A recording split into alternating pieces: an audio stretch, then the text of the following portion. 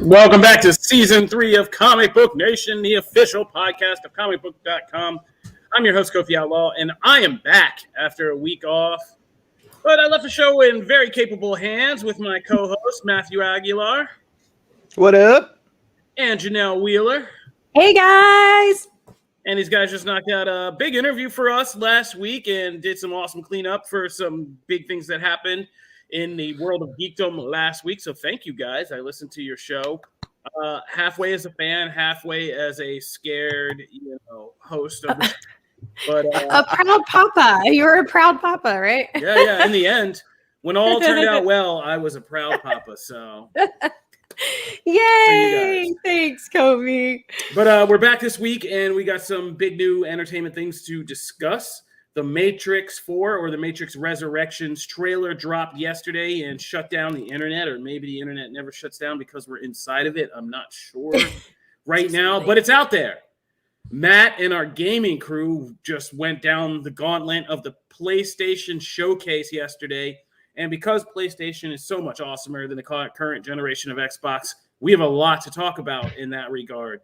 So just putting that out there. A lot to talk about on the PlayStation front, and a lot that we are equally going to be excited about as geeks, because a lot of crossover between the geek world, the gaming world, and some big things happening on PlayStation 5 in the coming year we got to discuss. Plus, we got to break down what happened in the latest What If, what happened in the latest DC's Titans. We're going to mention some things about Shang-Chi and the Legend of the Ten Rings, just do some cleanup on spoilers there.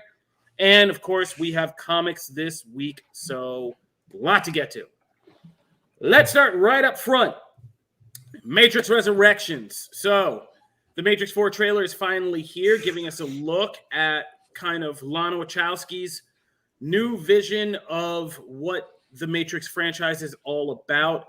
And there are a lot of kind of crazy things to talk about with this. So if you have not seen the Matrix Resurrections trailer, please do go online at Comicbook.com movies or YouTube or wherever you watch your trailers and go check that out right now, because we are going to start talking about it. So the interesting things that kind of came out. This trailer is very much kind of an echo of the original film in a lot of ways.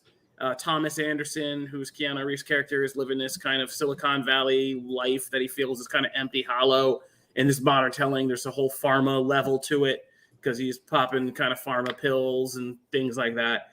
Obvious metaphor for how we're all just like, tuned out or, pilled up or whatever you want to go for modern times, until he meets this girl and this crazy stuff starts happening and he begins to realize his world isn't his. And so it's a familiar beat of the Matrix in a modern setting, right? Like we said. However, there were some interesting things included with this. Basically, we got a press release with this that says that is real heavy. Warner Brothers is real heavy at saying this film is like a sequel to the original Matrix movie. They're Halloweening it. Yeah, they're kind of like Halloweening it. Yeah. And this is, an ode to the groundbreaking, blah, blah, blah, of the original Matrix movie. And it's said like 15 times in this press release. Like, no mention, not one single mention of Matrix Reloaded and Revolutions or Enter the Matrix or the games that came out afterwards, the Matrix Online. Dude, I love the Enter the Matrix. No mention of that stuff. So it's kind of confusing about like what the continuity here is and like what is going on. And it's kind of weird, but if you basically pause certain points of the trailer in that kind of flash of sizzle reel footage at the beginning where he's talking to Neil Patrick Harris, there is one shot of Keanu Reeves of Thomas Anderson's what looks like his real body. And if you look closely, the eyes are kind of burned out on his face, which makes it look like this is indeed his body, after Revolutions when he was blinded. So it's really kind of confusing right now. But they are, as Matt so aptly put it, they're Halloweening it, which is to say, like, yeah, you only really directly acknowledge the first film, but you can still kind of play vaguely with the idea that other things happened here or that other films and things in there, but you never have to commit to anything. You can kind of like pick and choose which of the sequels you want to reference. So I'm kind of interested on what they're doing here, and that kind of curiosity carries over to Yahya Abdul-Mateen's character, who he just went out, who looked very Morpheus-ish in this trailer until he just went on Instagram and just in big caps said a picture of himself and just said Morpheus. So this kind of looks like young Morpheus, right? So again, there's this big mystery of. I was thinking it's the Matrix just creating new agents that look like Morpheus to throw off Neo. I mean, it could be. This is all possible. Like, because of the nature of the Matrix, this could be like actually a prequel. Like, this could be a prequel, right? Like, it could be one version of the Matrix that came in modern times or closer to when the Machine War happened, and this is as close to like when it happened, and they're just going to say like this is the point that it happened. Like, we're on the tipping point of when the Machine War, which would be a whole metaphor. How do they explain Neo being so much older? Well, this would be the first version of Neo because, as they said, there's been like different versions of Neo in this. My brain hurts. Oh no! I had this great idea of exactly how it was going to play out, and now I'm totally screwed. Now I'm confused. My brain hurts. Yeah, I mean, look. I mean, honestly, though, this conversation is the inherent problem with doing this sometimes. Mm-hmm. Yeah, especially with something as complicated and complex as the Matrix got. And as big, right? Like everyone has this like. But we've seen it work. So while this discussion, like, oh my God, my brain hurts just from like trying to process like which version is this and like why? Oh my God. But it has worked in the past. We've seen it work recently. And so I'm kind of like fingers crossed they relay all this information in a way that is easy for someone to get and not get overwhelmed by the lore and continuity, because that will drag it down. Like, people are excited about the Matrix, but you don't know how many tweets I saw about I haven't seen like any of the other three, or I've only seen the first one and that was years ago and never like said, like, I've seen so much of like people know what the Matrix is, but they don't know the Matrix. No, I mean that's very true. Good. No, I taught like in New York, like back when I worked for the other site I don't name for legal reasons. Like that was 10 years I was in New York. I taught to kind of make ends meet. I also taught at a vocational school, and I taught English and storytelling and all this stuff. And so I would try to use the Matrix because I figured like that's one of the more kind of like popular films that everybody would know. And I taught there for 4 years, and for the first year and a half, I was able to do that. But somewhere around the year and a half point, it just flipped real quick to kids who were just coming in saying like, I don't know what you're talking about. Like, what's the Matrix? That breaks my heart. Oh, that thing I saw on TBS the other day with the from John Wick and stuff, like, and it's just like, yeah, people don't know it as much. I mean, this generation, this is why it can work right now, because this generation hasn't kind of really experienced that. But they know it's a big deal. Yeah. You know what I mean? They know the aura that it has, and that it was so influential. And there's a lot of people that are going to want to be on the bandwagon, that are willing, like they're going to dive in, like, hey, give it to me. But so that's why it's important to like not get mired in the muck to be like, you know what I mean?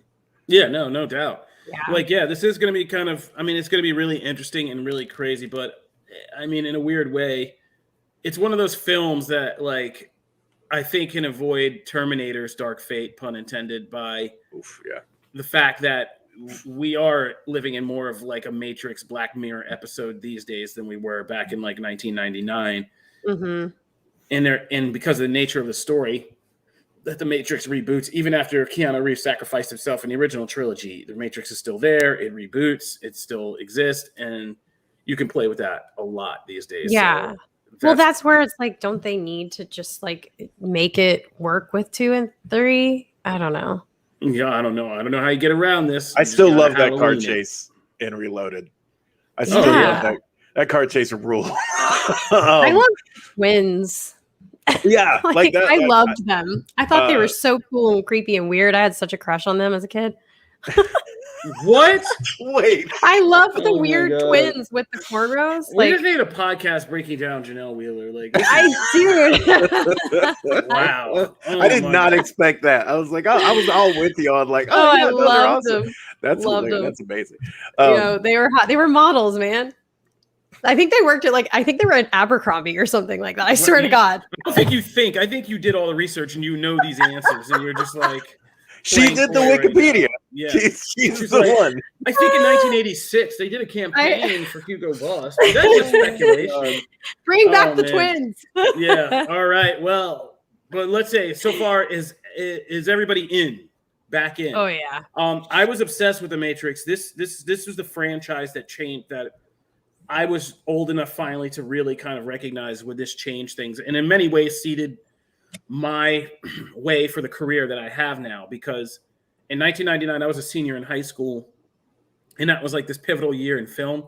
And one of the things that really happened was this marriage of kind of high art, film school concepts with blockbuster genre filmmaking that gave us things like The Sixth Sense, The Matrix, and a whole bunch of other big films that came out in 99. Fight Club, like a whole bunch of other stuff, in 99, 2000, that area. And so it was the first time that like people were sitting down for blockbuster films and really discussing them. Like people in my high school would go see like The Matrix or Sixth Sense and things like that. And it would be like half-hour discussions of this between like, cliques of people who never talked in high school would sit down and talk about all this stuff. And that's where I kind of got the idea that these, doing these film site blogs and stuff would be like a good racket.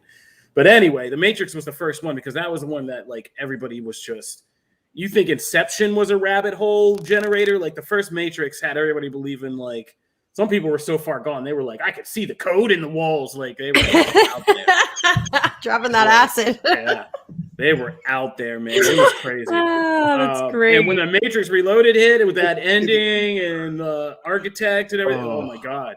People, it was insane. Like I had to learn to use the internet just to figure out that movie. So I'm kind of seeing this again, brought back like all that nostalgia. I say all that to say, like I felt the love and the wonder, because it was like my movie. I think this is the height of like my movie magic wonder, is that Super Bowl ad when I saw that first Matrix commercial and was like, what is this? Like, oh my God. So yeah, I'm excited to see it again.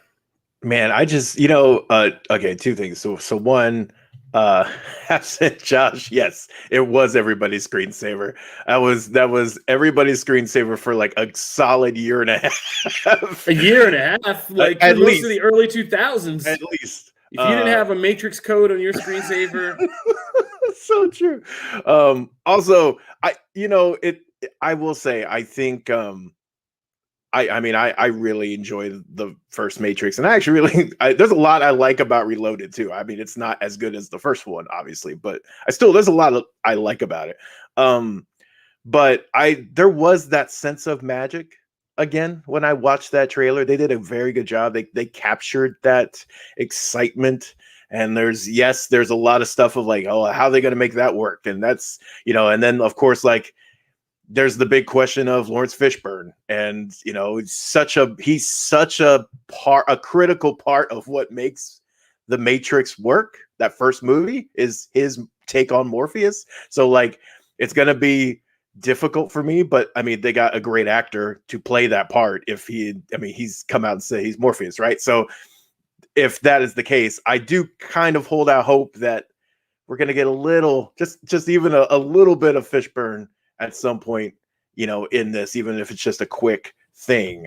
But I still I left going like, yeah, I'm ready to get back into this world, and maybe, just maybe, to go along with some questions in the comments, maybe we get a remake of Enter the Matrix. Maybe that happens. If this pops, maybe they just go full blown nostalgia and give us Niobe, even Ghost, even still canon. We don't even know, bro.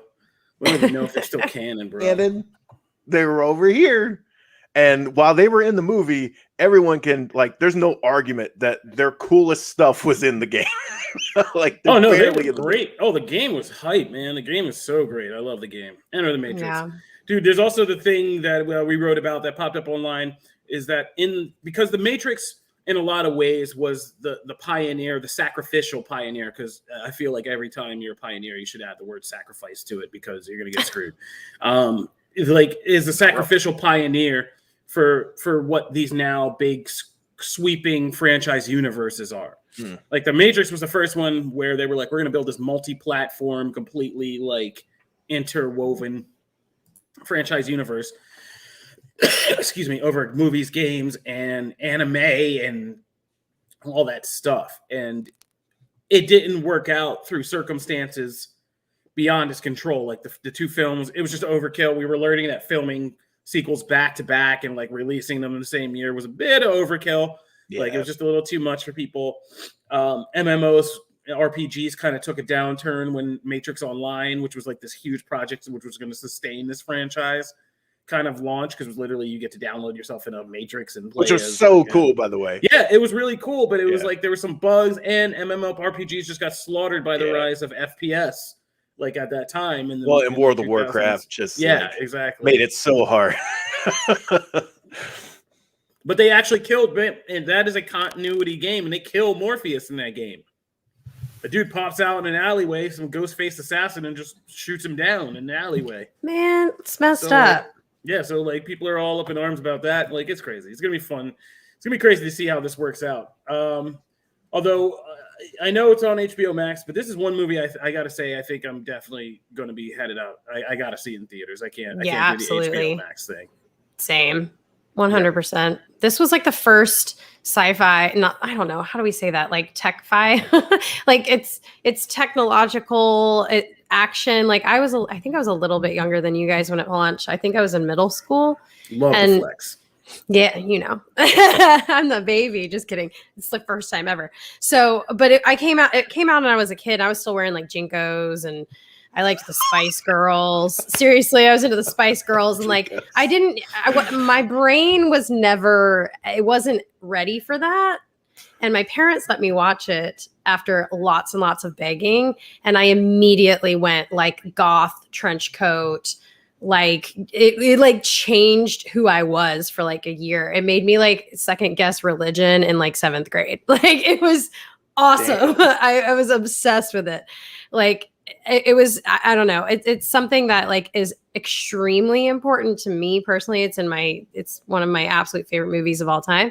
And so if they get it wrong, it would be devastating for me. So just based on the trailer, it looked amazing. But I wonder if I'm the only person that feels that way. Like, please don't mess this up. Like, this is too important to me. Like, I don't know. Yeah, shout out JD Smith, Digit Artist. Shout out to Equilibrium, the movie that The Matrix killed it. I mean, The Matrix killed Equilibrium, which was an awesome movie in and of itself. But I got killed by The Matrix. Ooh, shout out, R.I.P. Equilibrium. Oh man! All right, so that's the Matrix trailer reaction. You can also watch Brandon Davis, our Phase Zero host, do a live reaction to the trailer over on Comic Book or on the Comic Book Twitters. And we're going to be definitely watching out for this one because it's going to end the year with a bang. So that's going to be pretty hype. All right, I think we're going to take a break because when we get back, Matt's about to go off about PlayStation Showcase. And we are going to break down for you guys why, if you bought the newest Xbox, you really made the wrong decision. So stay tuned for all of that when we come back. Wow. PlayStation love, baby.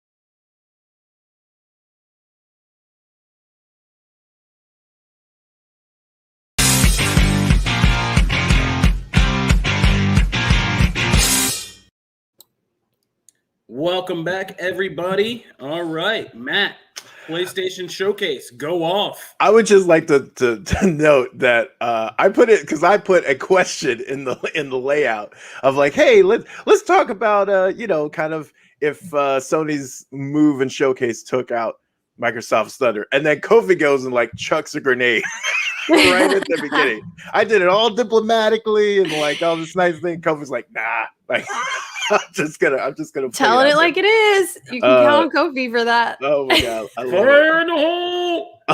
So let's start with how they started their showcase, which, like, good lord, if you're gonna open up with a opening track, they just come out and go, oh hey, Star Wars Knights of the Old Republic remake, boom, coming, and like no one knew about it, which is amazing in this day and age. Wait, I like to time out. Let's get Rich in here. Let's get Rich from behind the scenes. Right, yes, our like huge Star Wars fan. Rich. Yes. He never gets to come on. This man. You look like a streamer. The man It's that great. makes things I love happen. your background. Thank you. Are you excited for this, Rich? Yes and no. I told Kofi this before the show. I'm pissed. Why? I'm upset because this was originally like an Xbox game, and I'm an Xbox guy. I don't have a PlayStation 5, or I don't play PC games. So like I'm kind of torn. Either I buy the PlayStation 5 to play this game, or hope that they maybe release it later on down the road on Xbox. Because the game looks amazing. It looks great, but I'm pissed that right now I won't be able to play it. Yeah, well, okay. Number one, I feel your pain. I feel your pain. We've always look, I'm very much a defender of exclusives on consoles, even though it negatively affects me sometimes. Right? Like I had to wait a year to play Tomb Raider, Rise of the Tomb Raider, because like it was on Xbox only and it wasn't on PlayStation, right? And that sucks for me for a year. But I do always actually support exclusives because it just makes both consoles different and special, right? But I get this. Now, the good news is this is a timed exclusive. So it is not like in perpetuity exclusive to PS5. It'll be a timed exclusive. Some point, it could come out. Is coming to PC. It will likely come, I mean, LucasArts has a good relationship with Microsoft and stuff like that. So I imagine it will come at some point. Timed exclusivity on exclusives tends to be like 6 months to a year, So like, yes, you probably won't be able to play it right away, but I would imagine at some point with a game like this, you will be able to play. I was actually surprised because I mean, obviously it is a BioWare and Aspire Media game, and some of the people who made the original are actually working on this new version as well, and it's a complete remake. So we're talking like Final Fantasy VII remake levels of like we're redoing stuff, not just hey, we're prettying up some things. So that's exciting. I mean, this game gets talked about a lot in classic game discussions all over the place. So the fact that it is coming, like when they started out with like the music and stuff, I was like, oh, we're starting out with Star Wars. That's a big thing. So I mean, this is a big deal. I feel like though you will get to play it at some point. Look, Just is not that not the Xbox experience? Watch other people have fun. Eventually, you get to have fun yourself. Oh my god! Now, of course, Rich should get back behind be in the PlayStation universe because we can play games together. I got PS4, just not the PS5. We played Knockout City. Oh man! All right. All right. So let's move from there. There were a couple really good. I've never played Knights of the Old Republic. I missed it. I was telling Rich before. Oh my god! Yeah, it missed me. I was in the first-person shooters in like Final Fantasy at the time it came out, and so like I never played it. So this is gonna be my first time, and I am beyond hyped. Wow. Oh my gosh. That's awesome. Dude, I see you guys in the comments. Sometimes you just got to wait for things because then they're extra special when you finally do get them. I mean, look, I don't know how you feel, Janelle, about exclusives in general, but I mean, I'm okay with that. Sometimes it sucks. Like I can't play Ultimate Alliance 3 because it's on Nintendo Switch only. But when I get a Switch, it'll be there. I feel like I am the odd man out always amongst most gamers, as I am a Nintendo person. And so, I mean, because of my streaming, I'm a streamer. I do have to have the other consoles. So I kind of like, it's kind of like whatever for me. But when I was just a casual gamer and not doing it for a job, I hated exclusives. Like I was very pissed off all the time because again, I was Nintendo chick. So I didn't get a lot. And because of that, I think that's why my gaming has always been really cutesy, bright colors because I'm so retro. I love my retro stuff. And so I never got into God of War. I never got into like any of those style of games, first person shooters, like that stuff at all. And it kind of bums me out because I think I missed a lot. And if they were released on other consoles, I probably would have tried those games, you know? Once you Right. spill blood on the Call of Duty battlefield, I don't think you're ever going to look back. Wait a second. You put a Desert Eagle into a man's face, you're going to be like, this is what I do. This This is how I handle my trolls. Yeah. And this remake will give you a chance to try this one out. Yeah. Like, because it I mean, would be great. After this, I will say after this presentation, I'm pretty much sold on picking up the PS5. I was holding out and just sticking with my PS4 because again, I don't play it as much. I do play more PC and Nintendo. Like those are my two. And I kind of stay away from Xbox and PlayStation. But now I think I'm sold. Like it's time, make the investment, like pick it up, get on some games. Yeah, Buddy. Well, Thanks, let's move into the two biggies here, because there was some other games we will touch on, but obviously people were waiting for some Marvel stuff, and the biggest one obviously was Marvel Spider-Man 2 coming from Insomniac.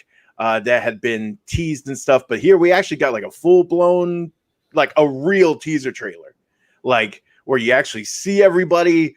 We saw Peter, of course, we saw Miles, and then the narration, you know, people are like, oh, that seems to be Kraven, right? At least that's the idea anyway. And then people are thinking, oh, like Kraven's last hunt, like, is that a thing? And then we get the big reveal of Venom. Because that was like, I lost my mind a little bit at that, because like that's the obvious direction, but you still are excited when they do it, right? Like they did it really well. Freaking Todd Candyman, Tony Todd, is the voice of Venom. Yeah, which you can't is beat like, that. You cannot beat that. Brilliant. That's brilliant. And like the big thing I've seen, and I think actually Mark from our gaming team put this out on Twitter, kind of wondering if he's playable. There's no mention of that obviously in the trailer, and the obvious thing would be he would be the villain.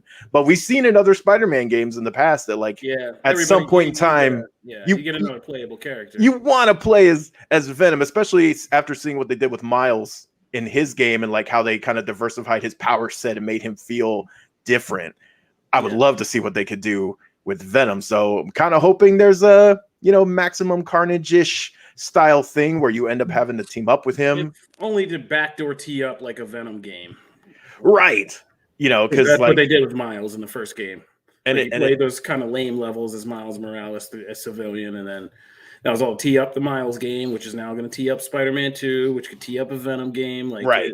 And Insomniac's building their own little Marvel universe here. I was going to wait till the end, but I'll say it now, man. I don't think I've seen since Warner Brothers Animation started, just bossing up in the DC universe, as if I've seen like a kind of third-party tier, like really step in and just own that brand, like Insomniac is starting to do with Marvel here. Man, like the fact that, well, okay, so we'll get to that other part and then we'll kind of dive into it. So obviously Marvel Spider-Man 2 has a release date of 2023, so it will be a minute, but it's going to be that one is listed as a PS5 exclusive, not cross-platform. So that one is like fully seems to be taking advantage of the PS5's capabilities and things. So we're excited for that, because a lot of the games so far are that cross, which again, PS5 games are gorgeous and they they take advantage of the system, but we won't really get to see what the system can do until they stop that cross gen stuff.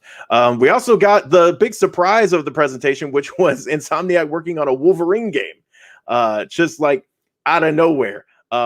And we got a small teaser trailer, again, pretty on point, filled with Easter eggs. If you were looking, like a ton. There was a reference to the first appearance. It seems to take place in Madripoor, from like the bar pictures and things like that. Like people were just dissecting that. He's like a cowboy, though. Yeah, well, right? he's got the hat. Cowboy Logan. Yeah, that's. I mean, Cowboy Logan is. There's the eye patch Logan on the I'm liking bar. it. I'm feeling it. Man, yeah. I mean, the tone felt very Wolverine. We did actually get a great Wolverine game years ago that was tied to an awful movie. And the game was like really well done. So like here, this isn't tied to anything in specific. It's just going to be their own story, kind of like they did with Spider-Man. And they did say that like they are excited about creating kind of their own take on this Marvel universe. They didn't outright say they're connected, and they didn't outright say like they're in the same pockets and stuff, but like that's the inference. This one has no release date. And they also did note that this one is very, very early in development. So while they showed a teaser trailer for Spider-Man 2, and that's coming in 2023, if this one is an early development, which they stressed, we're probably looking at 2024 at the earliest. That's what I was thinking too. Right. But which is surprising to me that they would even tease us this early on. It's kind of interesting to me. But Sony, okay, Marvel, so Sony does that a lot. Those button scenes. yeah, Sony does that a lot, though. I mean, think about it, right? We saw Final Fantasy VII remake trailer, and we didn't get that for like 2 more years, and that's the first chapter of a game.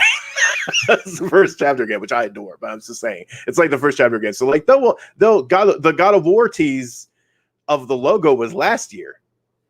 Just the logo of like, hey, it's coming. Here we get a trailer moving into our next one of God of War Ragnarok, which fans were very excited. Also, I just want to point out, Richard Schiff is Odin.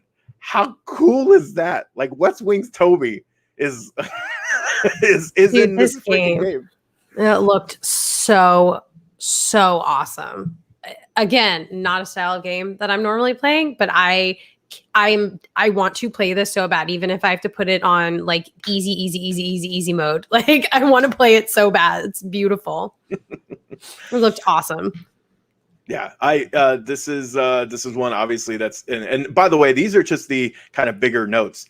There were things that before the show we had seen, like the Alan Wake remaster is a big one, and that's coming to multiple consoles as well. That was thrown here. Gran Turismo, the next Gran Turismo was announced here. A couple that I actually really love, Forspoken, which is the Ella Balinski starring kind of original adventure game from Square Enix.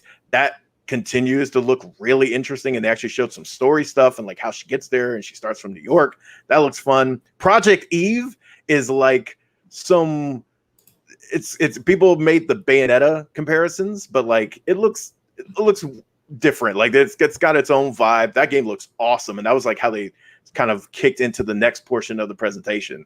So I mean, there's a lot here. So now that we've kind of run over all that, did this Sony showcase kind of steal Microsoft's thunder? Because the last time we talked about Microsoft, it was on a high because we had like Halo Infinite, and they actually showed us stuff. People were responding to it. Like there was a lot of good. It feels like there was a lot of good love, especially with all the Bethesda stuff they've been showing lately, coming with Microsoft. And then Sony like drops this, and it's like all these single player huge experiences that you just can't get anywhere else.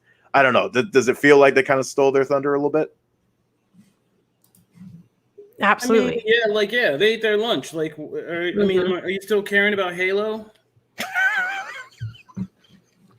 I mean, okay, if I put on the table, I know some of these games aren't coming for a while, but if I put you on your gaming next-gen table, I'm like, look, you can have Halo right now, or you can have Wolverine and Spider-Man 2 in a couple of years if you get PS5 right now. Like, what would you choose? No, it's easy. It's not even a choice for me. Now, Halo does have its fans. I mean, it's a giant franchise. So does Leisure Suit Larry. You just compare Halo to Leisure Suit Larry. Both are kind of getting old as hell, tired as hell, but we're fun. Wow, man. They were fun for their day. Oh my god! So here's the thing, and I've seen in the comments, and if Jim were on here, Jim's first rebuttal to anything is it's all on Game Pass, and I understand that.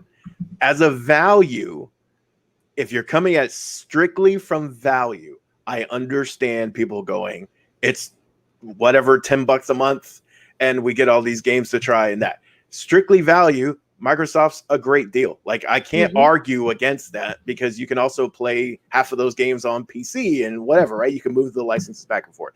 That is great. That is great. that is not what I look for in a console, and that's going to be subjective. And so when I look at a console, I want to play games and experiences that suit my own personal taste. What do I like? Single player, huge adventure, sprawling stories and things like that. That's what I tend to like. So when you mix in comic stuff with it, it's up my alley. But I even just look at the experiences that you can get on Microsoft and Sony's PlayStation are just like really different. Like they're just completely different. So these experiences, I just don't know how you argue against PlayStation. I just don't know how you argue it. And the only one I see is value, and I understand that. Right. Well said. You went off, bro. I said it would go off. All right, so that's that's games. Love it. I'm excited to talk about What If, man. We got some walkers back on this show. Oh boy. All right, let's get into it. So, here we go. Are we still streaming? Are we still good? Yeah, we still good everywhere? Yeah. Oh, yeah. I thought we froze somewhere for a second there. All right, so moving right along. So Matt went off, and boy, howdy did he. So let's talk about some recaps. Who here has seen Shang-Chi? Just me? Yeah. No. Why did we hire you two? I've seen the after credits. I've been traveling. I know. Why are you like I've seen the after credits because Disney didn't put it on streaming. Why are you like That's why. this? That's why. Yeah, I wish they put it on streaming. I'm not gonna lie. That's Just why this I one did. for my own Anyway, selfish needs. Yes, seen traveling purposes. Oh my god, I seen it. It was good. Shang-Chi was good. They definitely put martial arts to a Marvel level. I was surprised by how many big things there are. Are we spoilering? No, I mean, Okay. why? You none of you have seen it. I gotta wait. I gotta watch you guys get all excited. Oh no, I already got all the spoilers. Yeah. Well, for chat at least. Listen, Phase Zero did a whole special episode breaking this down, and they just had Simu Liu and the director on for a big interview on Phase Zero. So go listen to all that. All I'm going to say is I was surprised by how much Shang-Chi actually opened the doors to a wider corner of the Marvel universe in both kind of grounded, that's grounded crime espionage world and the kind of larger cosmic implications of the Ten Rings and Tao Lo and all of that stuff. So pleasantly surprised and love the cast and the new additions. Simu Liu is he's a star and he did a great job in that. And I'm looking forward to seeing more of Shang-Chi's kind of corner of the universe in the Marvel Cinematic Universe. All right, that's that. Let's talk about What If. So, What If, or how Marvel put me into, therapy, is going well after these last two episodes, because these last two episodes have been kind of intense, man. Man, they love killing off everyone. Endings. Yeah, not a lot of there's not a lot of happy endings in these last one. The Doctor Strange one was a heartbreaker, and this one this week was kind of fun, but I think these later episodes really are embracing the what if concept, which is using loose approximations of things we know to then spin off into completely different stories. And this one was just a great Marvel ensemble story. And it really just made me think afterwards, like how much of the voices they put together for this one to have this kind of last stand zombie apocalypse Avengers kind of come together in their interactions. And all that stuff was fun. And they did a good job making a zombie movie that, didn't go too crazy for kids, but was still kind of freaky enough. So I'm kind of liking What If, and they set up something real big at the end with Thanos, with zombie Thanos. And I've heard some really interesting, fun theories, like zombie Thanos is actually going to double life in the universe so that he can eat, so that they can feed and eat and do that. That's amazing. Yeah. I mean, so what you guys think of this particular episode of What If? Janelle? Oh my God. I love it. I love What If. I'm so pumped. I actually, in our fantasy league, I have Strange as a zombie as my image. I'm just so pumped about it. The fact that Doctor Strange is in everything right now. Like, even if just for a second, it's so sick. I'm so happy. These episodes have been outrageous. Like, if you are not watching What If, I just don't even know what to tell you, because even if you are not into animated stuff, it's just so good. Bucky in this episode was what I wished we had in Falcon Winter Soldier. Long hair, super sexy, still a little dark and like mysterious and less like injured, and just, oh God, I loved him in this episode. And then of course the team ups, like it was really good. I hate spoiling too much, but it fabulous job. I don't understand how every episode keeps getting like better and better. It's just really outstanding. Do you guys like watching Vision die for a third time this year? No, Yeah. Okay, you're right. Yeah, I hated that. I'm okay with that. I'm all right. Oh. So I feel Vision. bad. I We've feel watched- bad. I'm gonna be the rain on the parade here. Before we watched Vision get murked 3 times. He got murked when he escaped the Hex bubble early on in WandaVision. Wanda had to murk him at the end, and then he murked himself in this episode of What If. So yeah, he dies dies a lot. You think 2021 has been hard for you? It's been really hard for Vision. I did not love this episode.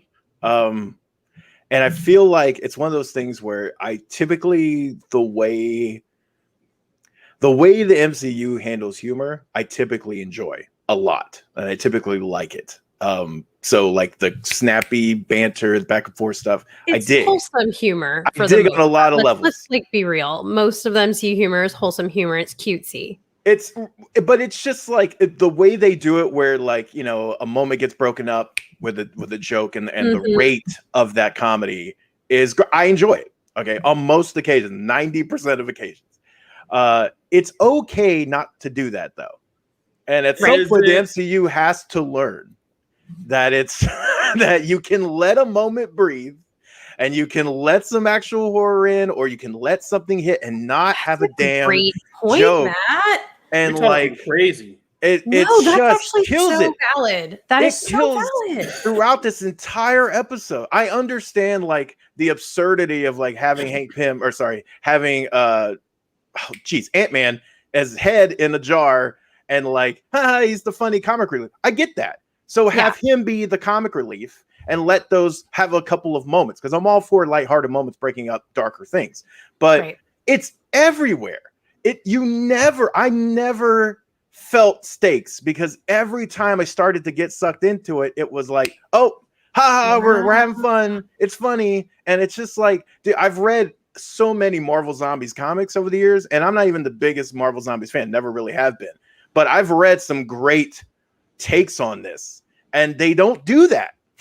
They lean into it, and they actually let like there's some moments when like Vision and like Wanda and stuff. I'm gonna get into spoilers, so like there's some stuff there with them that is really good, and if you just let it be, and then it's like, nope, we can't help ourselves. We can't help ourselves. We just gotta crack a joke. Not everything has to be Ragnarok. No, that's actually really great, Matt. That's a good point. And I did miss that, because you're right. Like, one of my favorite things about The Walking Dead is that like when someone dies, it's literally like the end of the world. It's like that's a really good point. Yeah. But it's okay to have that. I'm not saying like I'm against humor. I'm against lighthearted things, and I like that. But no, it's not like. And there's some really terrible dialogue in here too throughout. Like there's a couple of times where I was like, oh, that's a bad. That just doesn't come across well. So it's fun. It was fine. I didn't love it. I've seen better from that style of story. I'm gonna rewatch it thinking about that and kind of see how I feel. Well, I don't want to ruin it for people. No, I already watched it. It was awesome. I got my experience. I'm gonna rewatch it and see where these moments are, because now I'm curious. You got me thinking. All right, before Matt loses his entire career, let's move on to Titans' latest episode. I got accused of Marvel hate, by the way. It's okay to have nuance. It's okay to have differing opinions. It's all right. You love Marvel as long as there's a captain before it. After that, there's no bad. Yeah, it's none of the other Marvel characters I've ever talked about in a positive manner. I'm not gonna lie though, personally. Cardiac, you stumped Squirrel Girl, and Squirrel Champions. Girl yeah, like half the Marvel universe I love. But oh no, it doesn't like this. No, not half. It's Squirrel Girl, Cardiac, Dark Darkhawk. and Captain Marvel. Yeah, it's those four, obviously. Yeah, there you go. Boom. Yeah. There's your Fantastic Four. Fantastic. Dork. Let's move on. Titans. Such a hater, man. Titans. Titans. So the latest episode of Titans was also really good. It was kind of actor highlight. This one was kind of highlighting Barbara Gordon's character a little bit more and her relationship with Dick Grayson. And I would have like Titans season 3 is making me less. It's interesting because Titans season 3 is making me less inclined to like the Titans and more inclined to really want like a live action Bat Family series set in this universe because I like this. I like all the Jason Todd stuff. I like the Barbara. I like this version of Barbara and, you know, this version of Dick and their kind of history and the weird kind of pseudo, kind of like more damaged version that we get in this Titans universe where they were like pulling robberies together and, you know, Bruce Wayne is kind of like an abusive father in a weird, emotionally abusive kind of way, like that whole thing. It is really interesting to me. And so I'm liking the focus. I like this season really when it's focused on the Bat Family stuff. There's a little bit of this season that's starting to feel a little scattered. Like the Blackfire, Starfire stuff still feels very tacked on, even though they're like roasting people in their houses now. Jeez, that was nuts. But yeah, it feels a little tacked on. But the Bat Family Gotham stuff, I am really enjoying. So if that becomes a dominant factor of the show after this, with Tim Drake kind of suiting up and all that, I wouldn't be mad at that because yeah, and and it's better than trying to watch them save budget by having Beast Boy do martial arts instead of, you know, transforming into an animal. Yeah, we gotta. Yeah, that is. I love early in the season they leaned into the animal stuff more, and then yeah, for sure. It does feel like, hey, that's a budget cut thing. I agree with you. I think the strongest parts of this episode were the Bat Family stuff. And just give props. Let's give props to Savannah Welch and Barbara Gordon. Like Barbara Gordon, that last episode fight with her and like using the like batons and like having that full fight sequence looked awesome, and it felt like right out of the comics in some cases, and that was just awesome. So here we get to see like spoilers. By the way, did we actually say spoiler? Yeah, they're running a spoiler. Okay, so like having Oracle take on more of a brother eye thing is cool. I think it fits this universe, and kind of mixing the two I think it's cool, and having it like the way they layer that into the plot and like the stuff like Dick and Barbara's relationship, I agree with you, is one of the strongest parts of the season. So seeing more of them and like these constant conflicts of how they approach things in a different manner, but they're not completely wrong either way. Like you can see both sides. I think that's just really interesting stuff. I agree. I like the character of Blackfire more and more. I just don't. I agree with you. I feel like it just hasn't found its spot. Like I like the stuff that they're doing with her. It does feel like maybe if we had her from the beginning of the season and they had some time to really seed what her storyline is like. Yeah, it feels kind of this like B plot thing, and it shouldn't, because she's going to be like a big villain, I imagine, at some point. But yeah, it feels odd. Janelle, what you think? I mean, I was living for the Starfire moment, so now I'm kind of I'm wondering what more I could have had. Now that you're kind of talking about her and her sister, yeah, I mean, I wouldn't say that this episode like really like made like it wasn't like my favorite episode, but I mean, it's progressing the story. I love the tone. It feels like it's part of the season. In a binge, this would be great, but since it's week to week, I would say that I was left wanting a little bit more from the episode. Yeah, it wasn't Lazarus. Oh, we are definitely in the development part. I mean, we're going to be in the development part of this season until like the final game starts up. Like, yeah. Like this is definitely they revealed so much at the beginning. Like they did so much so fast in this season that it's just kind of like, where do you go from there? Like, Yeah. Yeah, well, we're gonna see. All right, that's Titans. We're gonna move on to Matt is gonna go off again about this new Warriors footage and pictures that leaked from the now defunct show that almost was. Yeah, the Hulu. I felt like it was destined Yeah, for Hulu New Warriors. Crazily enough, so if you missed it, you can still probably find things like images and things like that Oh, yeah, it's of still up stuff, online. Just go on Twitter and type in. but it New was Warriors. deleted. Like they've all been deleted from the core account, which What? was the showrunner, kind of venting a little bit about the show getting derailed, not because of any quality things or that they just went a different direction. It was really the kind of beef was that it was one particular exec shooting it down because they disagreed with their approach, and so like there was a long thing of like developing stuff, and then in that they showed images of Squirrel Girl. They showed and I hope I say it right. Is it Milana Vantrub? Sure, we'll go with that.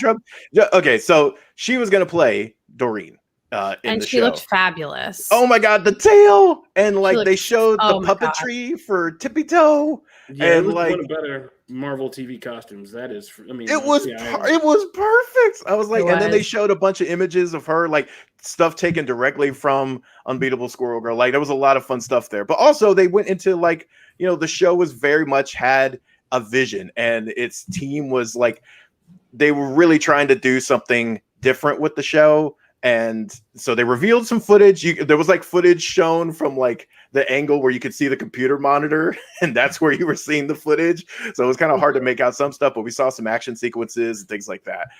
That is a bummer that show got axed because number one, that exec is no longer with the company.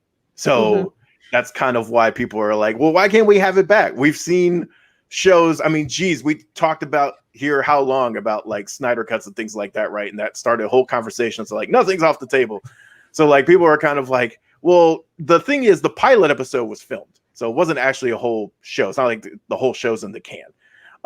But it would still be great. I'm just hoping for like a Deadpool style leak, because I mean we all know what happened with that.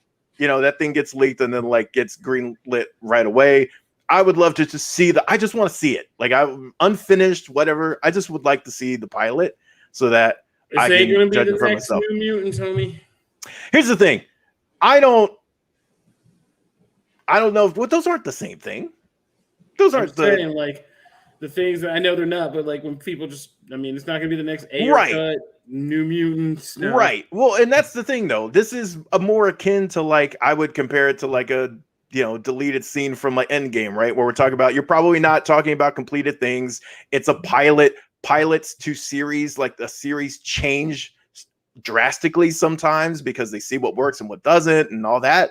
So like, again, I wouldn't go in expecting like a full on, oh man, this is how dare we not get this, but I would still love to see it because the vision sounded amazing. It seemed like, I mean, Great Lakes Avengers was getting inspo in here. I mean, I was like, oh my god, this seems so fun and perfect for now when like everything is so damn serious, right? I mean, it would have been a perfect thing for now. So I'm bummed, but you can go online and see a lot of the photos and stuff, and it makes you want a new Warriors project. So hopefully it happens. That's me. See, I kept it short. All right. And there comics. you go. Yeah, there you go. Again. Now that he's doing it off, Matt, go into comics and let's run through comics real quick here. All right, so we're gonna start with I feel like Kofi's bag here. But let's start with Star Wars War of the Bounty Hunters #4. I know we came off that last issue really digging where stuff. It was a very Vader centric issue where he just like tried to kill everybody. But what did you think of this issue? Because it was quite different. Yeah, it was a little bit. I mean, it was the same kind of thing of Titans. I just feel like in a lot of places this week, it was just we hit the kind of midpoint. Like now we're just kind of putting things on simmer and building like story character points and stuff like that. And this was very much that issue, right? They had set up this huge cliffhanger where Darth Vader is about to split Han Solo in half in his carbonite thing, and it's like, and he's trying to lure Luke Skywalker down to fight him, and you know this is Sting because Darth Vader, is obviously threatening to kill Han Solo, and you know that Luke Skywalker can't fight him because that didn't happen in continuity. So, like, how the hell are they going to get out of this one? And this issue is basically one long here's how they get out of this one, right? It's like, and so they get through the steps of Luke drawing Vader away, the Hutts and all that fallout. And it very much is just like a single scene drawn out over a whole issue of here's what happens at the party next. Like, somebody took Han, now Han's on the move. This is like a weird, like, Weekend at Bernie's thing, like where Han Solo is just this frozen body and he just keeps getting thrown around to different people like a hot potato, and like that's where the story moves. War of the Bounty Hunters was good in its first act, building up the return of Crimson Dawn, this big auction that built all the factions together. But this is kind of an underwhelming sidestep way out of it. And I hope that even though because we were talking about what makes this crossover so great is it fits within the established canon of Star Wars, but it's still kind of open and fun enough for us to really enjoy it. So I just hope they really stick the landing and make it feel worthwhile, even though they have to kind of end it within the boundaries of continuity. Yeah, no, I agree with you. Nell, what you think? Yeah, I mean, this one didn't drag too much for me. Like, I have definitely read more books that kind of kept me. It was hard for me to keep going, but this one was great, I guess, because of these characters that I'm familiar with, and the storyline in general is just so intriguing to me that I guess this kind of like more of like a filler book didn't bother me. I actually really liked it, and I of the three, I actually really liked this one. I don't know. There's not a lot to say. Kofi pretty much summed it up perfectly, but I didn't hate it. I'm glad I read it. I'm glad I'm keeping the story going and I know what's going on, and anxious to see the rest of it. Yeah. Hey, Kofi, Brian would ask if will we see Maul, or is he dead at this time? Let's see. What is this? Maul's dead. Maul dies in the years when Luke Skywalker is a little boy. He has a final showdown with Obi-Wan Kenobi on Tatooine, and he dies. So he dies in the early days of the Empire. Gotcha. Maul's official kind of dead point, or right before, or a few years before the kind of rise of the rebellion and Luke Skywalker coming of age. So he's dead. Gotcha.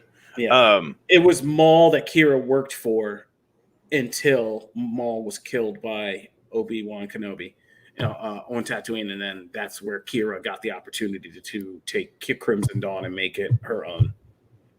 Gotcha. Perfect. Thank you, sir. Yep. And then let's move into Suicide Squad, Get Joker #2. I remember us really digging that first issue, and of course it keeps with our Jason Todd theme going on. This is the one where we left things off was Joker got the box, or the boom box, as it's called here at one point, and has the ability to like trigger the explosives at any time. Firefly met his unfortunate end. Then we kind of pick up from there, and it does not go where I thought it would go. But like it ends up there. by the time we get through this story, I'm like, okay, like I can see how we got there, and that makes sense for like the next step. But like how we got there was not at all really what I expected. This issue deals like this very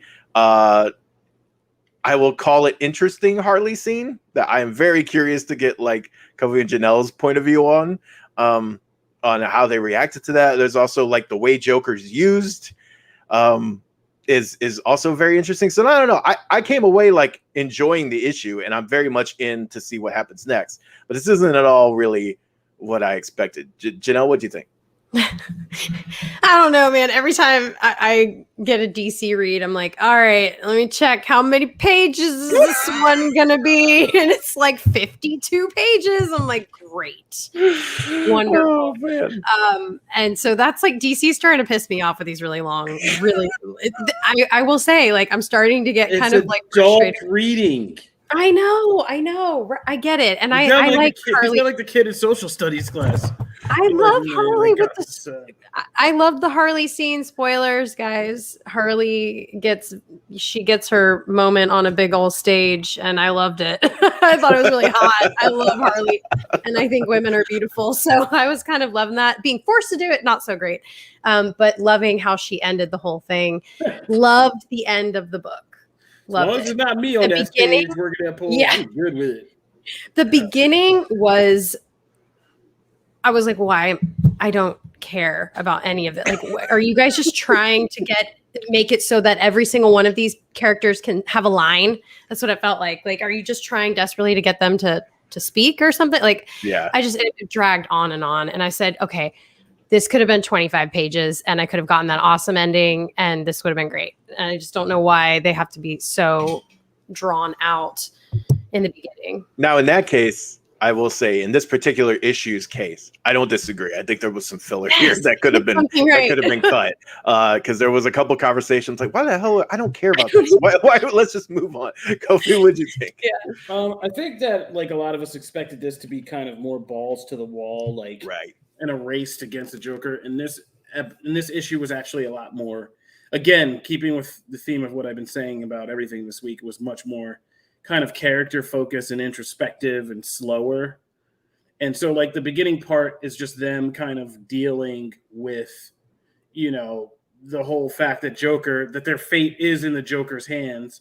And there is that weird kind of scene of him making them do weird Joker things, which is like, battle the tide, like literally pull out guns and battle the tide out like at the beach and doing all this crazy stuff, because if they don't, and they don't play the Joker's kind of warped logic about humor, like he's going to blow them up, right? And so like that's kind of thing. And in a weird way, it kind of functions really well as a kind of retrospective on the Joker himself.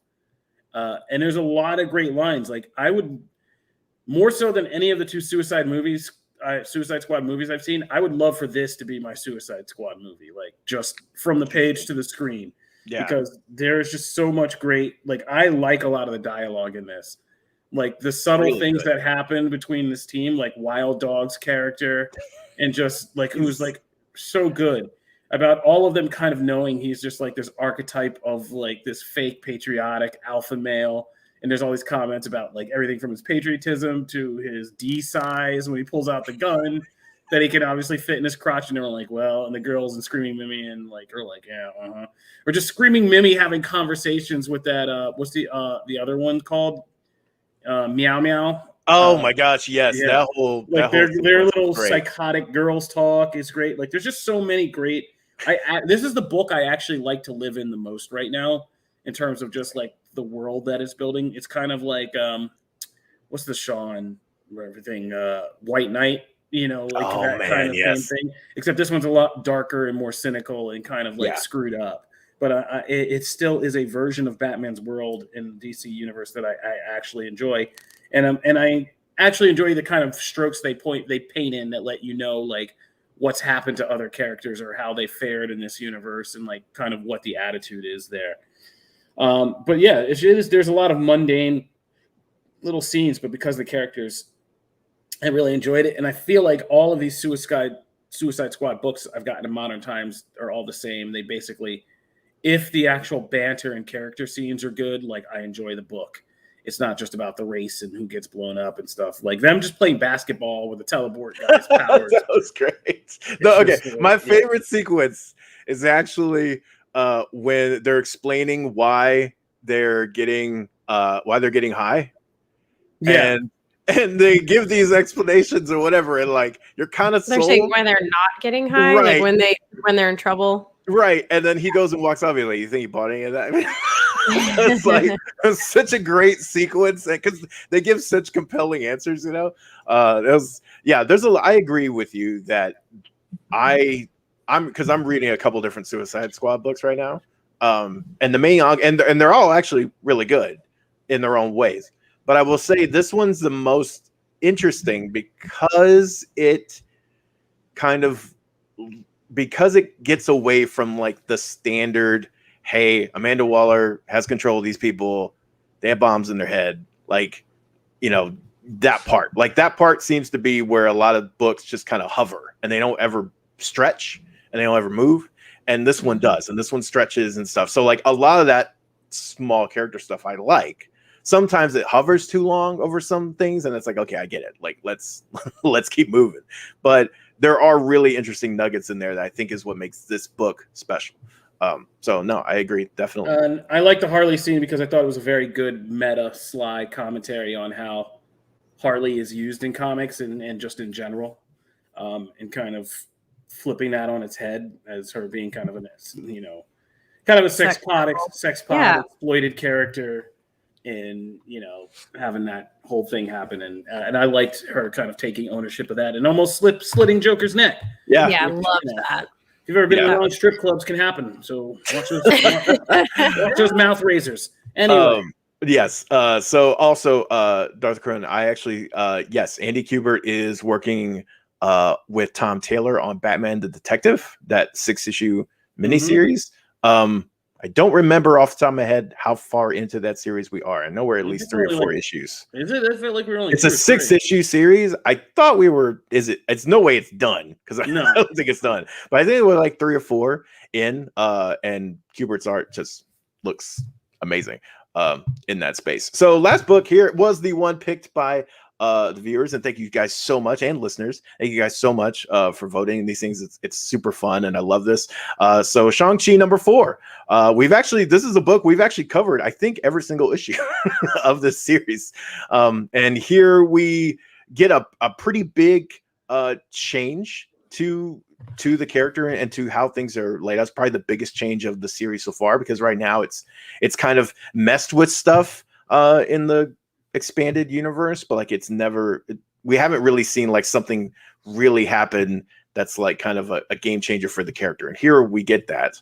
But also we just get like the 5 Weapons Society like breaking into the Baxter Building, which I'm all for. Like this whole sequence like is just that whole part, like their banter back and forth, and like their dynamic within the thing, and like trying to talk each other down and all that stuff. That stuff, like this book is really fun in that respect. And then gives you the action and stuff, and even a hook at the end that kind of like, okay, like these heroes are kind of getting tired of getting hosed by Shang-Chi, and like the whole like, hey, he's a friend, but he works with this like really criminal organization. It's going to kind of go out the window. So that's exciting.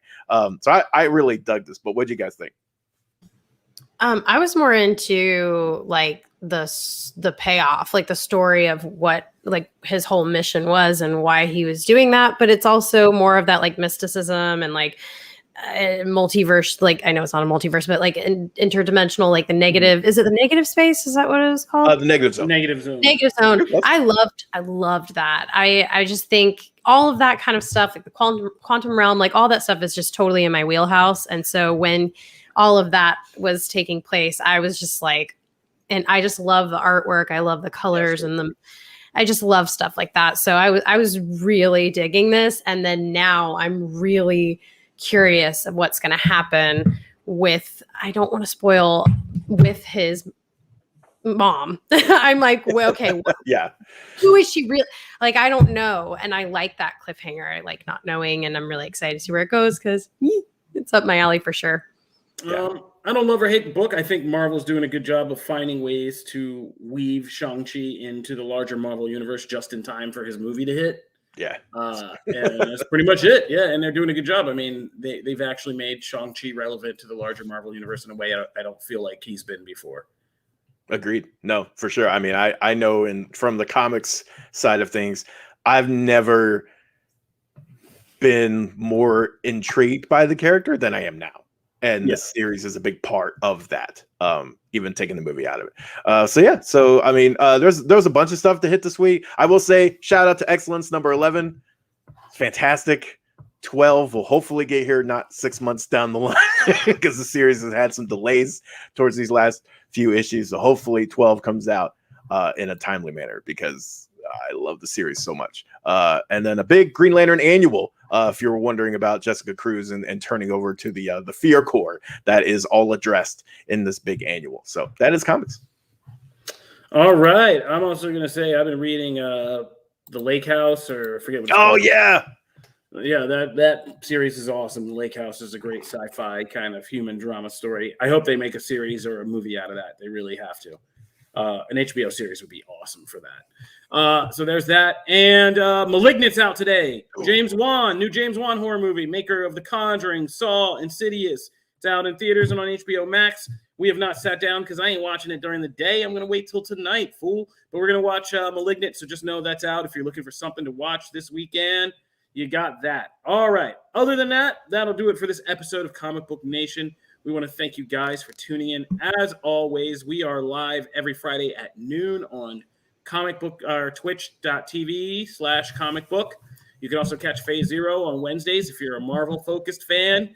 We've got big things happening over there, big things happening over here, and it's just a good time. If you like the show, go on our Apple Podcast platform. We're on Apple Podcasts, Stitcher, Spotify, iHeartRadio. If you want to watch the show, we're on Twitch. We are on Facebook, and we are on YouTube. You can always rewatch old episodes or download old episodes there to see how we predicted many things that happened in the entertainment industry or how wrong some of our thoughts really were. And that's always fun. So check that out. Follow us at Comic Book Nation or individually. I'm at Kofi Outlaw. I am Matt Aguilar CB.